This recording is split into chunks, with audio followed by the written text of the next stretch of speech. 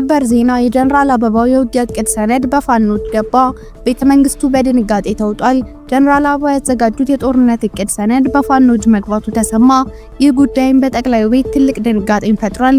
ይህን ተከትሎም ጦሩ ተጠራርጎ እንዲወጣ ቢማዘዛቸውም እየተነገረ ሲሆን ፋኖች የገባው የውጊያ ሰነድ ምን ይመስላል የሚለውን በቀዳሚነት እናስቃኛችኋለን። አብራችሁን ቆዩ። ኤርትራ ወደቦችን ለማንም አልሰጥም ስትል ተናገረች። የአስመራው መንግስት የኤርትራ ወደቦች ለውጭ ሀገራት ወታደራዊ ወይም የባህር ኃይል ጣቢያነት ክፍት አይደለም ሲል የሀገሪቱ የውጭ ጉዳይ ሚኒስቴር አስታውቋል። ሻዕቢያ ለዓለም አቀፉ ማህበረሰብ ኢትዮጵያ ልትወረኝ ነው በማለት ክስ ማሰማቷም ተሰምቷል። ይህም ሌላኛው አበይት ጉዳያችን ነው። በሌላ ዜና የብልጽግና መንግስት ግዴታዎቹን ማክበር አልቻለም ሲል ህወሓት አስታወቀ።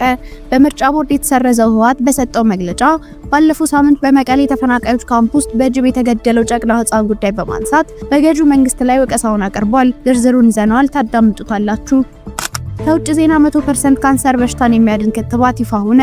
ሩሲያ በመጀመሪያዎቹ ክሊኒካዊ ሙከራዎች 100% ስኬትን ባሳየው የአንትሮሚክስ ካንሰር ክትባት እጅግ አስደናቂ የሆነ የህክምና ስኬት ማስመዝገቧ ተገለጸ። ይህም የጥንክራችን አንዱ አካል ነው። ሰላም ውድ ቤተሰቦች እንደምን አላችሁ? የዜና ላፍታ ነው። ቪዲዮውን ላይክ በማድረግ ይጀምሩ እያልን ወደ ዝርዝር ዜናዎቹ እንለፍ።